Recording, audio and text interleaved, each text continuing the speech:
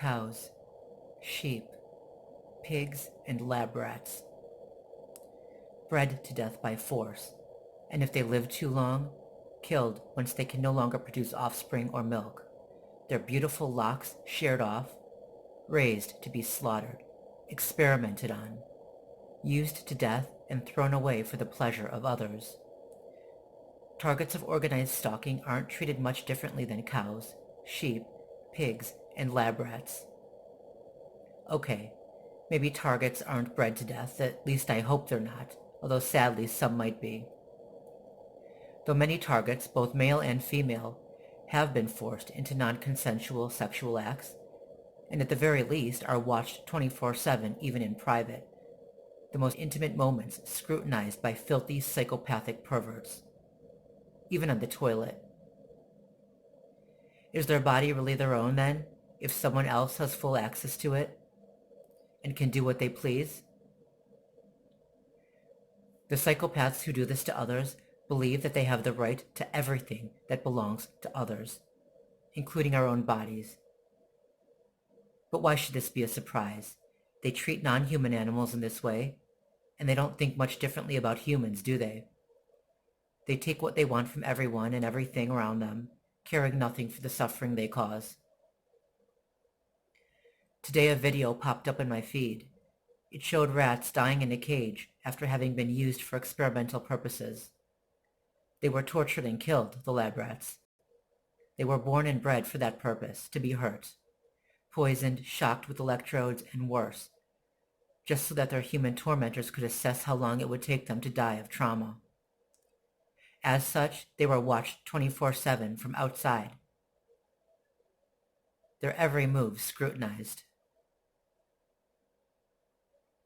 Being a target of organized stalking kind of feels like that. We're hunted, stalked, and tormented. Cameras follow us everywhere we go, even into our most private spaces. Our every move and reaction is analyzed, and our tormentors watch us as we break down. They intensify the torture until we finally crack. Then they document all of it as we cry out, scream, beg, plead, dance around in an attempt to avoid the next attack, almost like a rat in a cage that is shocked over and over again by psychopaths outside of the cage, sadists who watch from their own safe space the movements and gestures of the rats they're shocking, cowards who themselves are never in any real danger because their prey cannot escape the cage it is locked in, and thus can do nothing but dance around as the shocks come. Some scientists do this because they believe that the result will somehow benefit humanity. But I wonder how many secretly enjoy torturing innocent creatures that are helpless to fight back. Imagine how pathetic someone must be that the only way he can feel power is by torturing an innocent creature that has no defense and no way to fight back.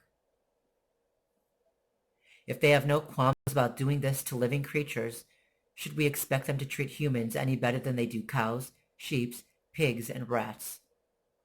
Especially those humans who they believe are beneath them. We've all contributed to this in one way or another. While I did go vegan years ago, eventually I gave in to temptation and started consuming meat and dairy again. And while I never did wear real fur, I bought shoes that were made of leather. It was hard back then to find shoes, and especially winter boots, that weren't, though now it might be easier.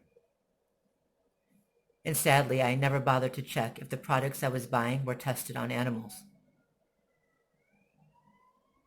All that said, today, right here and now, I am making a vow to refrain from consuming anything that is made with animals or products that were tested on animals, in so much as I possibly can.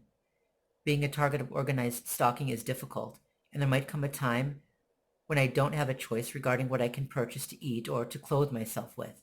I might have to use whatever little is available, and even now, products that I need somehow vanish from the shelves before I get there. Other times, someone walks by or is in a checkout line with an entire cart full of exactly what I went to get, items that of course are no longer on the shelf. Even still, for now, while I have somewhat of a choice, I will do my best to live as cruelty-free as possible. And while I won't get rid of the shoes and the belt, that I already have, I will from this moment on buy only cruelty-free shoes as well as other clothing in so much as is possible given the situation. Anyway, I know this video won't be received well, and that's okay. But making this choice now eases the torment that I am being put through by my own mad scientist tormentors, as I choose to step away from the use, misuse, and abuse of other living, breathing creatures for my own selfish pleasure. That said, this channel is not meant to be a rallying cry against anything but the crime of organized stalking. I just felt the need to make this video because as a target, this issue just manifested in a massive way, tugging at my heartstrings and crushing my conscience. If I'm nothing more than a lab rat, or a sheep, or a cow, or a pig, or whatever it is they see me as, then how can I justify the abuse of my own kind? Anyway, I promise that my next video and those that follow will be back on topic. I'm sorry if I offended anyone. It wasn't my intent. Well, except for the perpetrators, right? If they go along with something like organized stalking, then to hell with them. But my intent isn't to offend or isolate or alienate any other targets or anyone who might seek to help us, vegan or not.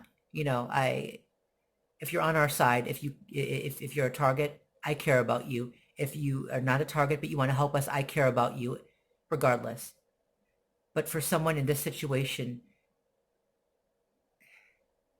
I guess it's just easier to defend against cruelty that you experience firsthand, and to speak out against it if you experience it firsthand and somewhat on some level understand what that's like.